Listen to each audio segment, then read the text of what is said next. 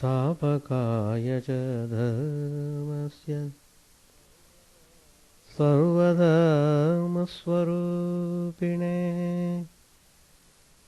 स्थापकाय च धर्मस्य सर्वधर्मस्वरूपिणे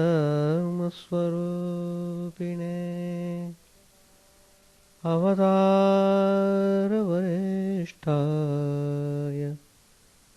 रामकृष्णाय ते नमः।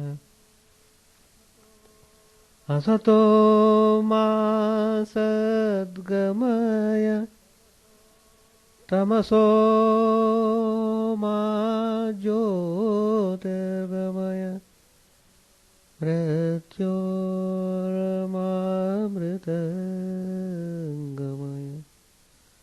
Om Shanti Shanti Shanti.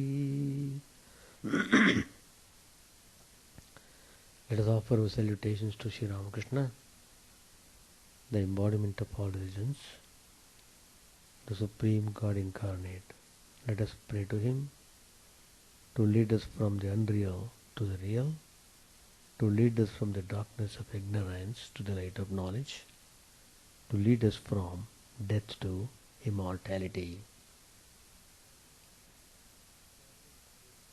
We have been studying Gospel of Sri Ramakrishna, where the Master has given number of spiritual instructions for spiritual seekers. Today's topic I have chosen: be determined to achieve the goal. Without determination, spiritual life will never start. Determination should be there from the beginning till the end. So, one should firmly resolve what to achieve in life, to be followed by strong determination.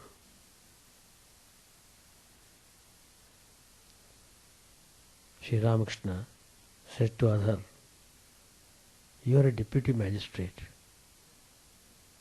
Remember that you have obtained your position through the grace of God. Don't forget Him. But remember that all men must one day walk down the same path. We stay in the world only a couple of days."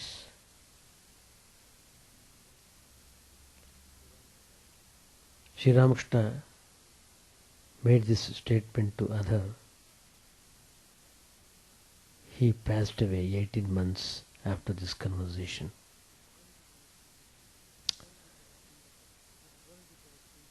This world is our field of activity. We are born here to perform certain duties. People have their homes in the country, but come to Calcutta to work.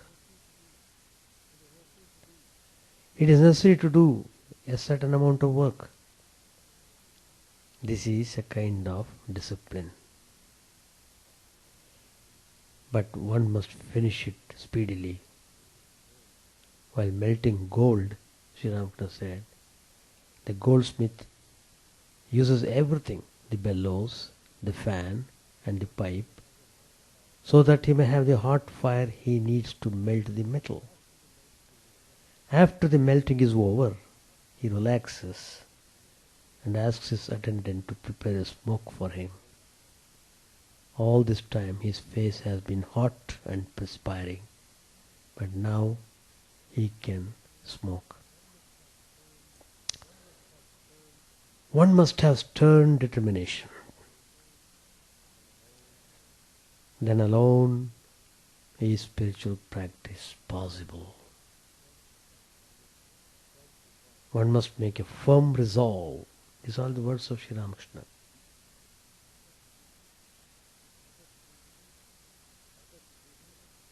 Further he said, there is great power in the seed of God's name. It destroys ignorance. A seed is tender and the sprout soft. Still it pierces the hard ground. The ground breaks and makes way for the sprout. The situation is very difficult. There is so much confusion in the world. If you go this way, you are threatened with a shovel. If you go that way, you are threatened with a broomstick. Again, in another direction, you are threatened with a shoe beating. Besides, one cannot think of God unless one lives in solitude. The goldsmith melts gold to make ornaments. But how can he do his work? Well, if he is disturbed again and again, suppose you are separating rice from bits of husk, you must do it all by yourself. Every now and then you have to take the rice in your hand to see how clean it is. But how can you do your work well if you are called away again and again? Then the devotee asked, Sir, what then is the way? Sri Ramakrishna answered, there is a way. One succeeds if one develops strong spirit of renunciation. Give up at once with determination what you know to be unreal. Once when I was seriously ill, I was taken to the physician Ganga Prasad Sen. He said to me, I shall give you a medicine, but you mustn't drink any water. You may take pomegranate juice. Everyone wondered how I could live without water. But I was determined not to drink it. I said to myself, I am a Paramahams, not a goose. I shall drink only milk. You have to spend a few days in solitude. Solitude has got deeper implication. Solitude really means you must get away from your foul worldliness and get into fresh air of holy company. Retreats. They serve the purpose of solitude. All the time babbling in the world with all nonsense. How can you think of God? If you but touch the granny, you are safe. Turn yourself into gold and then live wherever you please.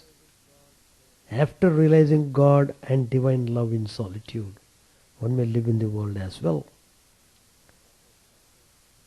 To Rakal's father, Sri Ramakrishna said, that's why I ask the youngsters to stay with me, for they will develop love of God by staying here a few days. After that they can very well lead the life of a householder. It's all a question of the mind. Bondage and liberation are of the mind alone. The mind will take the color you dye it with. It is like white clothes just returned from the laundry. If you dip them in red dye, they will be red. If you dip them in the blue or green, they will be blue or green. They will take only the color you dip them in, whatever it may be.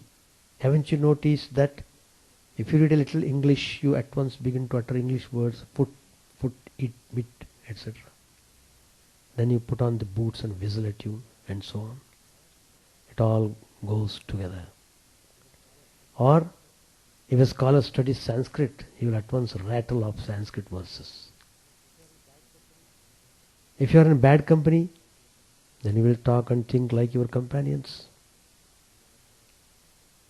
On the other hand, when you are in the company of devotees, you will think and talk only of God. The mind is everything. A man he has his wife on one side and his daughter on the other. He shows his affection to them in different ways. But his mind is one and the same. Bondage is of the mind, and freedom is also of the mind. A man is free if he constantly thinks, I am a free soul. How can I be bound? Whether I live in the world or in the forest, I am a child of God, the King of Kings. Who can bind me? If bitten by a snake, a man may get rid of its venom by saying emphatically, there is no poison in me. In the same way, by repeating with grit and determination, I am not bound, I am free. Chidananda Rupa, Chidoham, Shivoham, Shivoham. I am not bound, I am free. One really becomes so, one really becomes free.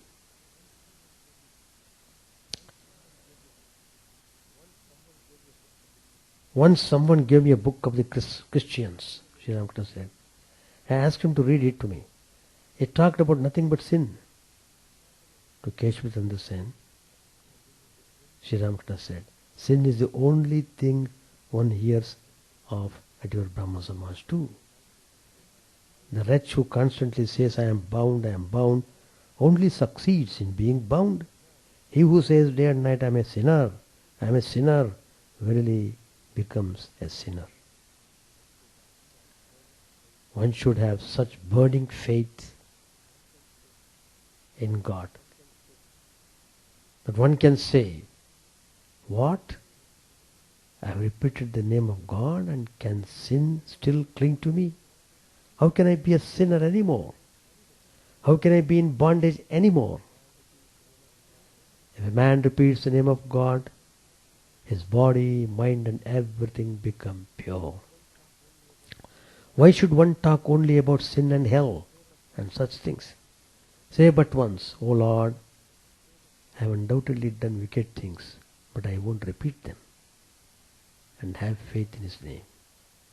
Sri Ramakrishna became intoxicated with divine love and sang, if only I can pass away repeating Durga's name. How can you then, O Blessed One, withhold from me deliverance, wretched though I may be?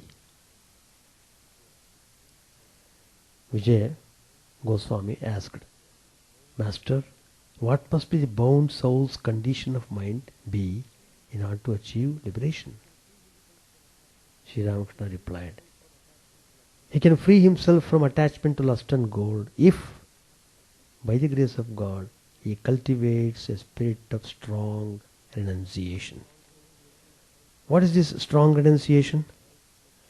One who has only a mild spirit of renunciation says, well, all will happen in the course of time. Let me now simply repeat the name of God. But a man possessed of strong spirit of renunciation feels restless for God, as a mother feels for her own child. A man of strong renunciation seeks nothing but God. He regards the world as a deep well and feels as if he were going to be drowned in it. He looks on his relatives as venomous snakes. He wants to fly away from them, and then he goes on. He goes away. He does go away. He does go away. And he does go away. He never thinks, let me first make some arrangement for my family, and then I shall think of God. He has great inward resolution. Then Sri Ramakrishna tells the parable of the two farmers to clarify this point vividly. A story about strong renunciation. At one time there was a drought in a certain part of the country. The farmers began to cut long channels to bring water to their fields. One farmer was stubbornly determined. He took a vow that he would not stop digging until the channel connected with his field with the river. He set to work. The time came for his bath, and his wife sent their daughter to him with oil. Father, said the girl, it's already late. Rub your body with oil and take your bath. Go away, thundered the farmer. I have too much to do now. It was past midday, and the farmer was still at work in his field. He did not even think of his bath. Then his wife came and said, why haven't you taken your bath? The food is getting cold. You overdo everything. You can finish the rest tomorrow or even today after dinner.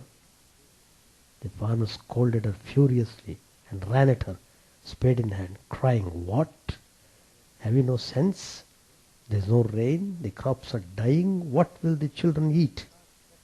You all will all have to starve to death. I have taken a vow not to think of bath and food today before I bring water to my field. The wife saw his state of mind and ran away in fear. Through a whole day's back-breaking labor, the farmer managed by evening to connect his field with the river. Then he sat down and watched the water flowing into his field with murmuring sound. His mind was filled with peace and joy.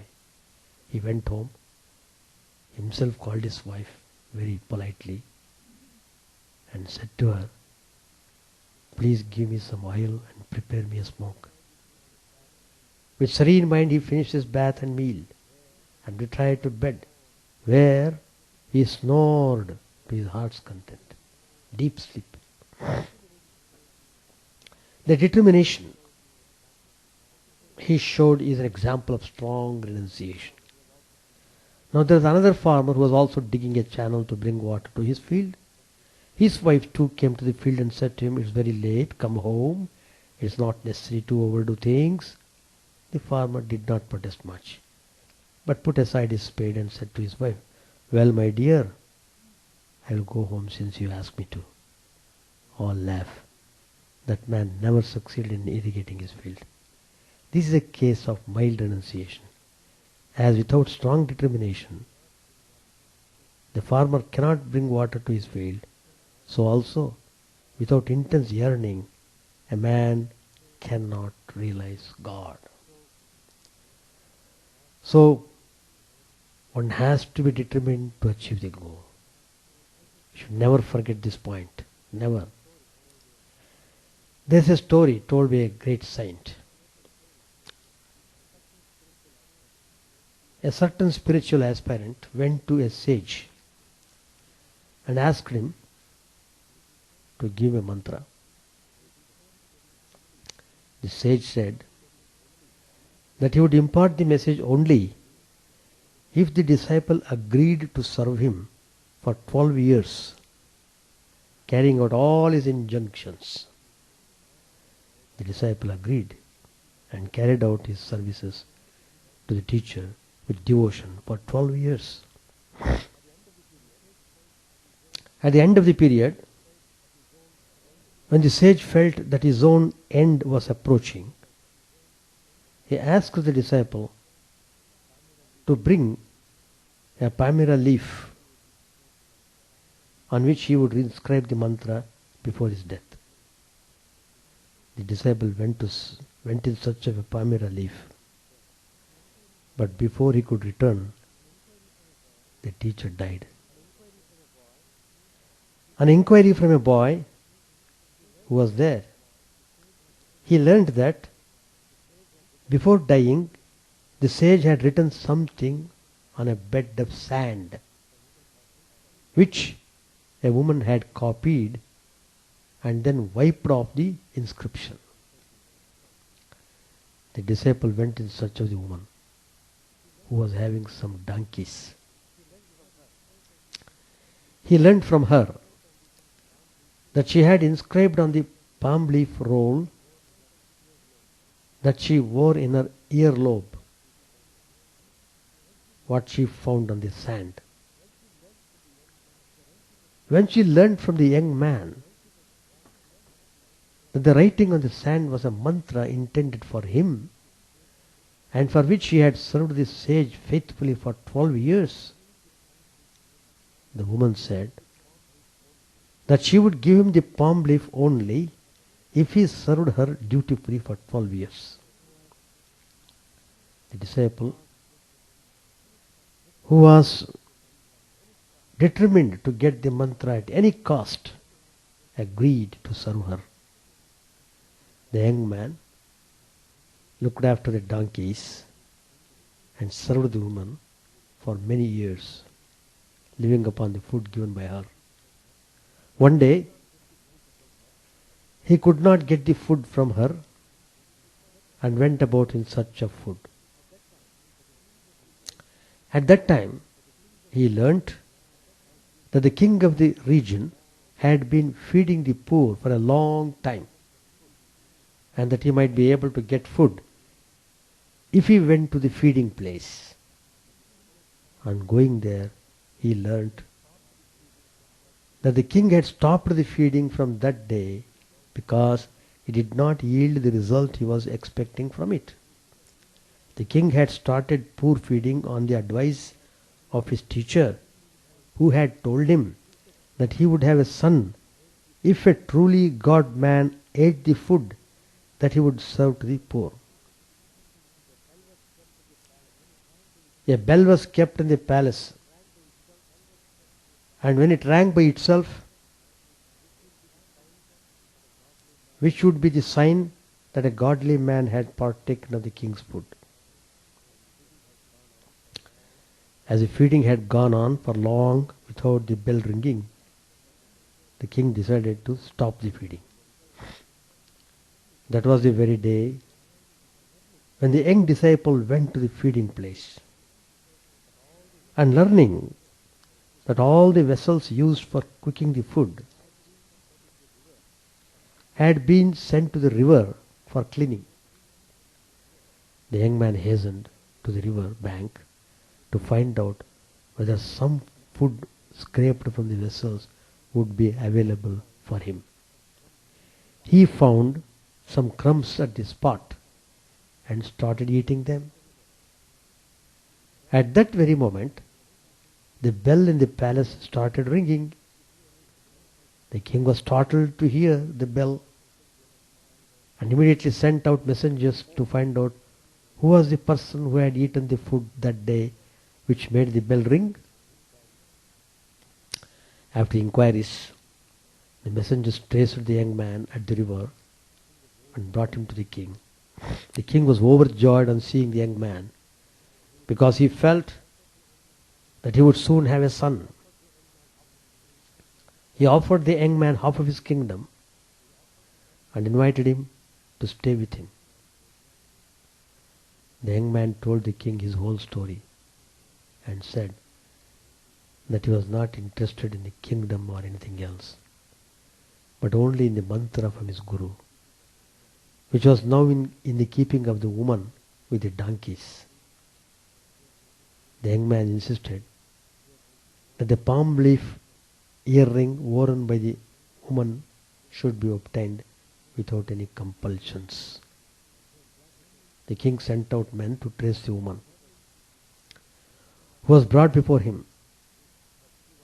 Learning that she was an acrobat who would perform feats on a rope, the king asked her to demonstrate her skill before the queen, who was now pregnant. As she was dancing on the rope, the king asked her whether she could catch 2 diamond earrings he would throw at her and wear them while dancing on the rope. She readily agreed. Catching them in her hands, she took out the palm leaf rings from her earlobes, cast them down, and wore the diamond earrings in their place. As the palm leaf rings dropped down, the young man rushed towards them and eagerly read the message inscribed therein. Immediately after reading the mantra, the young man secured instant illumination and liberation thereafter.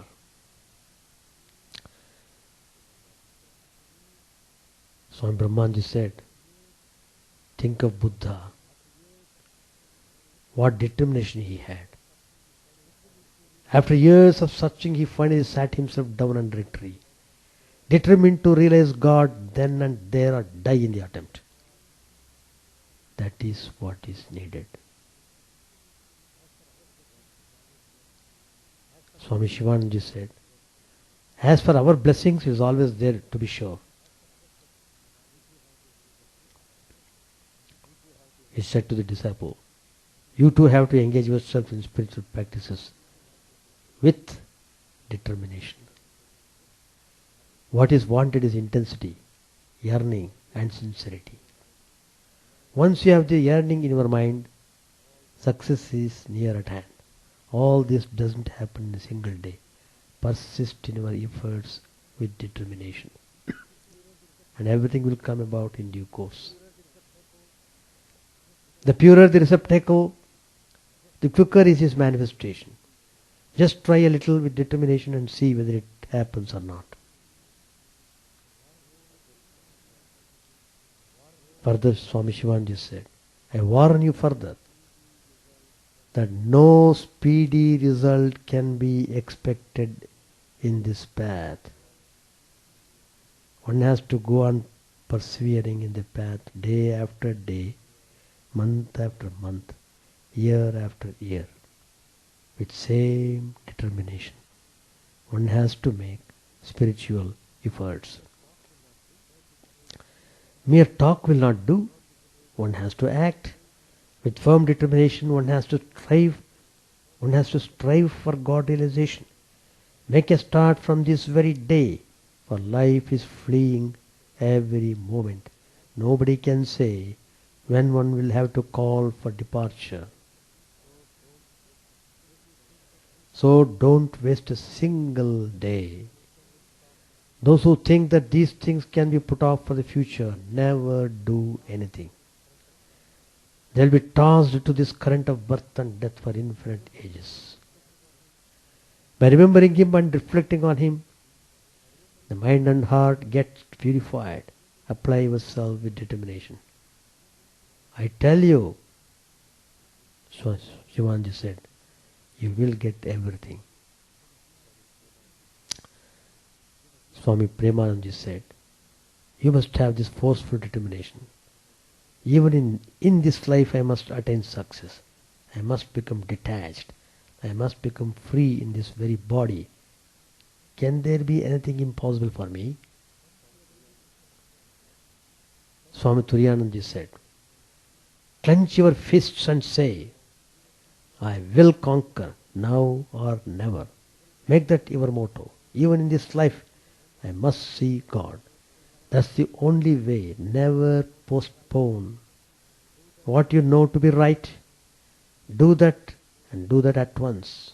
Do not let any chance go by. The way to failure is paved with good intentions. That will not do.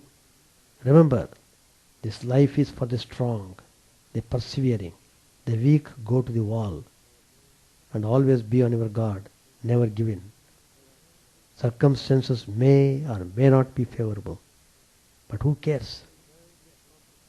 We must strain every nerve to accomplish the thing. If you are determined to do it at any cost, you will find that great obstacles which you thought would overpower you ultimately turn out to help you.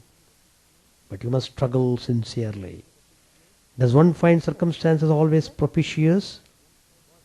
Consider what you have got to do as your duty and go on.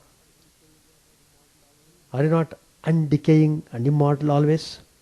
So why should you go about seeking favorable circumstances? It is you who have projected all this. One wishing to bathe in the sea waits and waits with the idea that one would have a plunge when the waves would have subsided. Nonsense. Will that moment ever come? Instead of doing so, you buffet against the waves, have your bath and come out. The sea remains always the same. So in this world, you must manage to call upon the Lord in the midst of these waves. It is a wild goose chase to be on the lookout for opportunities. Now or never. Apply yourselves to it. And disadvantages will turn into advantages. To root out tendencies is an uphill task. But if one has the determination to say, what if I have once done something wrong, what of that? Now I know what it is, so I won't do it anymore. Then one can get through. The only remedy against that rebirth because of sex connections is to take refuge in the Lord and give up that clinging to flesh with a firm determination, saying, I won't do it again. In that case, all the sins done previously will be forgiven. But a person must not play the hypocrite. Then all the world's sins will come down upon him and exact their dues with compound interest. One should have great determination. We must control the mind and not allow the mind to control us. The best period of your life is slipping away. It won't return. But if you practice, you will see for yourself that within a few days a change will come over you. Everything will become clear and easy. Good impressions will establish themselves. Start now. Tell yourself, I shall do it. Be a determined spiritual aspirant. Say, either I succeed in the practice of repeating God's holy name, or I shall die in the attempt. You should have such determination. Swami Vivekananda said, the only way out is to think of her night and day. Meaning, Divine Mother. To surrender ourselves to her unreservedly, with determination to free ourselves from passions and to effect a complete suppression of them. So, a spiritual aspirant should have such determination and preparedness for any kind of sacrifice to achieve his goal.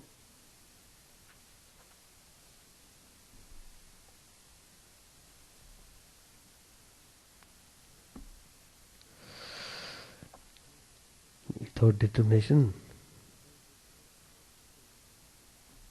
it's a joke.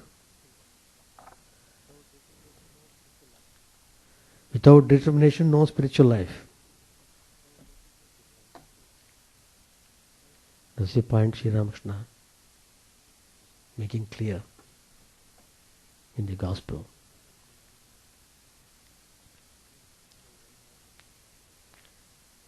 Page 1006, Gospel of Sri Ramakrishna. Narendra, with one or two brothers, left for Calcutta. He had to see to his lawsuit. He was going to return in the evening. The brothers could not bear his absence. In the afternoon, Rabindra arrived, looking like a mad person. He was barefoot and had only half of his black bordered cloth round his waist. His eyeballs were rolling like a madman's. All asked him anxiously, what is the matter? Let me recover my breath, he said, and I shall tell you everything presently. I am certainly not going back home. I shall stay at this very place with you all. She is certainly a traitor. Let me tell you something, friends. For her sake I gave up my habit of drinking, which I had indulged for 5 years. I have not taken a drop for the last 8 months. And she is a traitor. The brothers of the mud said, be calm, please, be calm. How did you come? Rabindra said, I have come barefoot all the way from Calcutta. The brothers asked him where he had lost the other half of his cloth. Rabindra said, when I was leaving her place, she began to pull at my cloth. That's how half of it was torn off. The brothers told him to bathe in the Ganges and cool off. Then they would hear his story. Rabindra belonged to a respectable Kayastha family of Kolkata. He was 20 or 22 years old. He had first met Sri Ramakrishna at the Dakshineshwar temple and had received his special blessing. On one occasion, he had spent 3 nights with the Master. His disposition was very sweet and tender, and the Master had loved him dearly. Once he had said to Rabindra, "You will have to wait some time. You have to go through a few more experiences. Nothing can be done now. You see, the police can't do much just when the robbers attack a house. When the plundering is almost over, the police make their arrests." Rabindra had many virtues.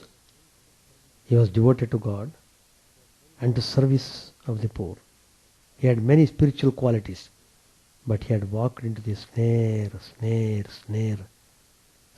a prostitute. He had walked into the snare of a prostitute. Now suddenly he had discovered that the woman was being unfaithful to him. Therefore he had come to the mutt in this disheveled state. Resolved not to go back to the world. A devotee accompanied Ravindra to the Ganges. It was his inmost desire that Ravindra's spiritual consciousness should be awakened in the company of these holy men. When Rabindra finished his bath, the devotee took him to the adjacent cremation ground, showed him the corpse lying about, and said, "The brothers of the mutt come here every now and then to meditate on God. It's a good place for meditation. Here one sees clearly that the world is impermanent." Rabindra sat down in the cremation ground to meditate, but he could not meditate long. His mind was restless. Rabindra and the devotee returned to the mutt. They went to the worship room to salute the deity. The devotee said to him, "The brothers of the mutt meditate in this room." Rabindra sat there to meditate, but could not meditate long there either. Devotee said, "How do you feel?" Devotee asked, "Is your mind very restless? Is it why you have got up from your seat? Perhaps you could not concentrate well?" Rabindra said, "I am sure I shall not go back to the world when the mind is restless." M and Rabindra were talking. No one else was present. M was telling him stories from the life of Buddha. At that time, the members of the Met regularly read the lives of Buddha and Chaitanya. M said to Rabindra that Buddha's spiritual consciousness was first awakened by hearing a song of some heavenly maidens. M sang the song, "We mourn for rest, alas, but rest can never find. We know not whence we come, nor where we float away. Time and again we tread this round of smiles and tears. In vain we pine to know whither our pathway leads, and why we play this empty play." That night, Narendra, Tarak and Harish returned from Calcutta. They said, "Oh, what a big meal we had." They had been entertained by a devotee in Calcutta. The members of the monastery assembled in the room of the Danas. Narendra heard Rabindra's story. He sang by way of giving instruction to him. "O man, abandon your delusion. Cast aside your wicked counsels. Know the Lord and free yourself from earthly suffering. For a few days' pleasure only, you have quite forgotten Him, who is a comrade of your soul. Alas, what mockery!" Narendra sang again, "Drinking the bliss of Hari from the cup of prema. Sadhu, be intoxicated." A few minutes later, the brothers went to Kali Tapasvi's room. Girish Ghosh had just sent two of his new books to the monastery, The Life of Buddha and The Life of Chaitanya. Since the founding of the new Math, Shashi had devoted himself heart and soul to the worship and service of the Master. All were amazed at his devotion. Just as he had tended Sri Ramakrishna's physical body during his illness, so now, with the same unswerving zeal, he worshipped the Master in the shrine room. A member of the monastery was reading aloud from the lives of Buddha and Chaitanya. He was a little sarcastic while reading Chaitanya's life. Narendra snatched the book from his hand and said, "That's how you spoil a good thing." Narendra read this chapter describing how Chaitanya gave his love to all, from the Brahmin to the Pariah. A brother said, "I say that one person cannot give love to another person." Narendra said, "But the Master gave it to me." Brother said, "Well, are you sure you have it?" Narendra said, "What can you understand about love? You belong to the servant class. All of you must serve me and massage my feet. Don't flatter yourselves by thinking you have understood everything. Now go and prepare a smoke for me." All laughed. The brother said, "I surely will not."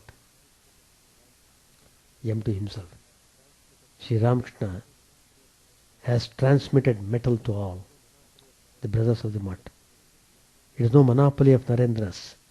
Is it possible to renounce lust and gold without this inner fire?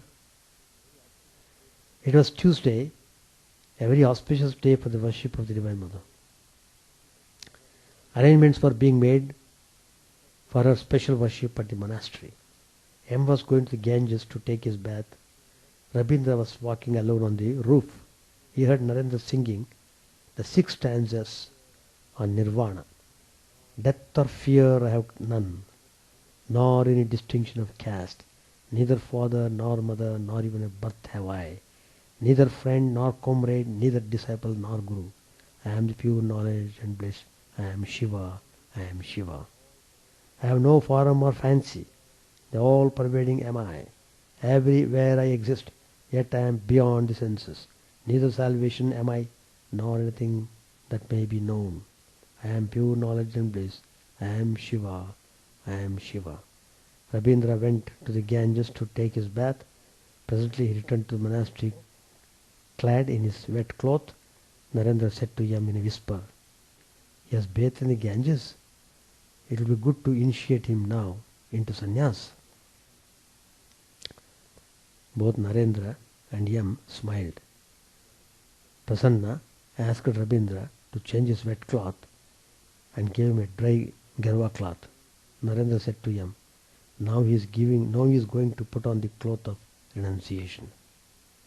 Yam with a smile, "What kind of renunciation?" Narendra, Why? Why? The renunciation of lust and gold." Rabindra put on the ochre cloth and entered Kali Tapasvi's room to meditate. Let us stop here. So today's lesson is, be determined to achieve the goal. Stop here. Chant the name of the Lord and His glory unceasingly, that the mirror of the heart might be wiped clean and quench that mighty forest fire, worldly lust raging furiously within. O name, stream down in moonlight on the lotus heart, opening its cup to knowledge of thyself. O self, drown deep in the waves of His bliss, tasting His nectar at every step, bathing in His name, that bath for weary souls. Various are thy names, O Lord. In each and every name thy power resides. No times are set, no rites are needful for chanting of thy name. So vast is thy mercy, how huge then is my wretchedness, who find in this empty life and heart no devotion to thy name. O my mind, be humbler than a blade of grass, be patient and bearing like a tree. Take no honor to thyself, give honor to all. Chant unceasingly the name of the Lord. O Lord and soul of the universe, mine is no prayer for wealth or retinue. The playthings of lust are the toys of fame. As many times as I may be reborn, grant me, O Lord, a steadfast love for Thee. A drowning man in this world's fearful ocean is Thy servant, O sweet one. In Thy mercy, consider him as dust beneath Thy feet. How I long for the day when instant separation from Thee, O Lord, will be as 1,000 years, when my heart burns away with its desire, and the world without Thee is a heartless void. Prostrate at Thy feet let me be, in unwavering devotion, neither imploring the embrace of Thine arms, nor bewailing the withdrawal of Thy presence, though it tears my soul asunder. O Thou, who stillest the hearts of Thy devotees, do with me what Thou wilt, for Thou art my heart's beloved, Thou and Thou alone. O Lord, lead us from the unreal to the real, lead us from darkness to light, and lead us from death to immortality. May all be free from dangers. May all realize what is good. May all be actuated by noble thoughts. May all rejoice everywhere. May all be happy. May all be free from disease. May all realize what is good. May none be subject to misery. May the wicked become virtuous. May the virtuous attain tranquility. May the tranquil be free from bonds. May the freed make others free. May good betide all people. May the sovereign righteously rule the earth. May all beings ever attain what is good. May the worlds be prosperous and happy. May the clouds pour rain in time. May the earth be blessed with crops. May all countries be freed from calamity. May holy men live without fear. May the Lord, the destroyer of sins, the presiding deity of all sacred works, be satisfied. For He being pleased, the whole universe becomes pleased. He being satisfied, the whole universe feels satisfied.